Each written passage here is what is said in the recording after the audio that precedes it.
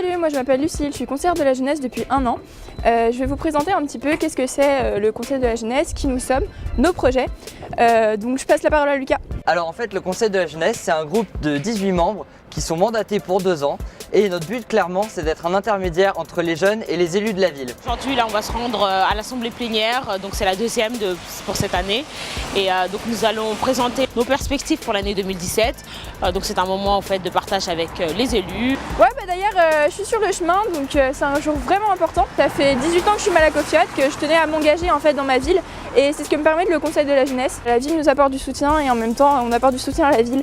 Avec le CDJ, nous agissons dans plusieurs domaines et notre dernière action était un concert dédié aux réfugiés. Donc avec l'association Libellule, donc on a récolté de l'argent justement pour cette association. Les gens sont venus nombreux, on a passé de très bons moments. Ouais, ça je pense que c'est vraiment important de le dire. Le conseil de la jeunesse c'est pas juste une bande de collègues qui travaillent entre eux. C'est avant tout une bande de potes et il y a vraiment une ambiance conviviale. On se fait des soirées, des barbecues, tout ça. Avant d'être des collègues, on est vraiment une bande de potes.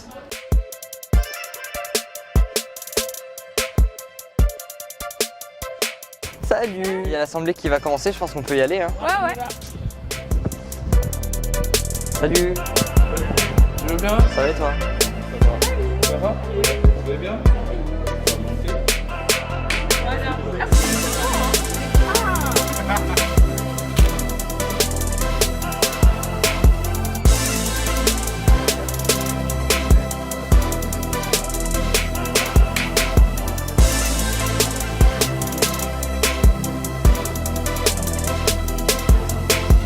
Je pense que les jeunes ont vraiment aujourd'hui envie de faire de la politique. Ils ont soif de politique, mais de leur façon à eux d'en faire. C'est tous des jeunes de Malakoff qui sont là depuis longtemps, voilà, qui ont été élevés dans nos centres de loisirs, dans nos centres de vacances, dans les écoles, dans les collèges. À mon sens, le CDJ, c'est des jeunes venant de milieux socioculturels différents, ensemble pour des projets communs et solidaires. Le vivre ensemble, c'est une valeur que partagent beaucoup de Malakoffio. Là, on se retrouve avec des jeunes qui ont des projets qui correspondent aux valeurs de la ville de Malakoff, qui ont envie de participer, qui ont envie de décider, parce que c'est ça aussi le conseil de la jeunesse, c'est laisser la possibilité aux jeunes de construire leur Malakoff à eux. Ce qui est intéressant, c'est que de voir la progression entre l'année dernière et cette année, qu'on a quasiment doublé le volume du conseil de la jeunesse, et de voir en fait que autant d'élus qui étaient présents ce matin, qui sont intéressés par ce qu'on fait. C'était super enrichissant de voir l'intérêt mutuel qui était porté entre le conseil de la jeunesse pour les élus et la ville pour nos actions.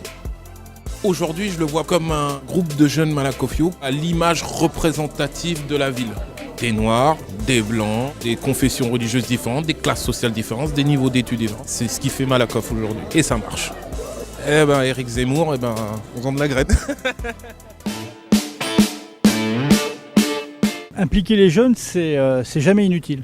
Non seulement ils peuvent avoir de bonnes idées, ils ont un regard différent du nôtre sur la société. C'est bien qu'ils se sentent responsabilisés. C'est une première démarche citoyenne qui me semble importante. Le jeune vit plus qu'une personne qui a la cinquantaine, elle sort plus, elle voit plus de personnes. C'est les adultes de demain et les électeurs de demain. Moi je trouve que Malakoff, il faut qu'il se rajeunisse un petit peu.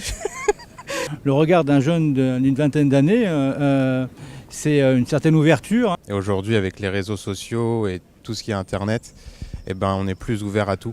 C'est une autre façon de raisonner, c'est une autre façon d'aller chercher l'information. Ils peuvent être au courant de beaucoup de choses que les adultes ne savent pas ou ne veulent pas savoir. Les jeunes ont aussi droit à la parole. Merci mamie, je suis tout à fait d'accord avec toi mamie. S'ils font partie des écoles et tout ça, ils sont au courant avec leurs copains, avec leurs parents, avec leurs amis. Puisque c'est eux les principaux concernés qui puissent échanger et partager avec les élus. Faut pas non plus mettre à l'écart les jeunes et les plus anciens. Je pense qu'il faut faire vraiment un travail de groupe parce que les anciens ils ont une expérience et un recul que nous les jeunes on n'a pas forcément. Je trouve que ce qu'il vient de dire c'est vraiment c'est impec.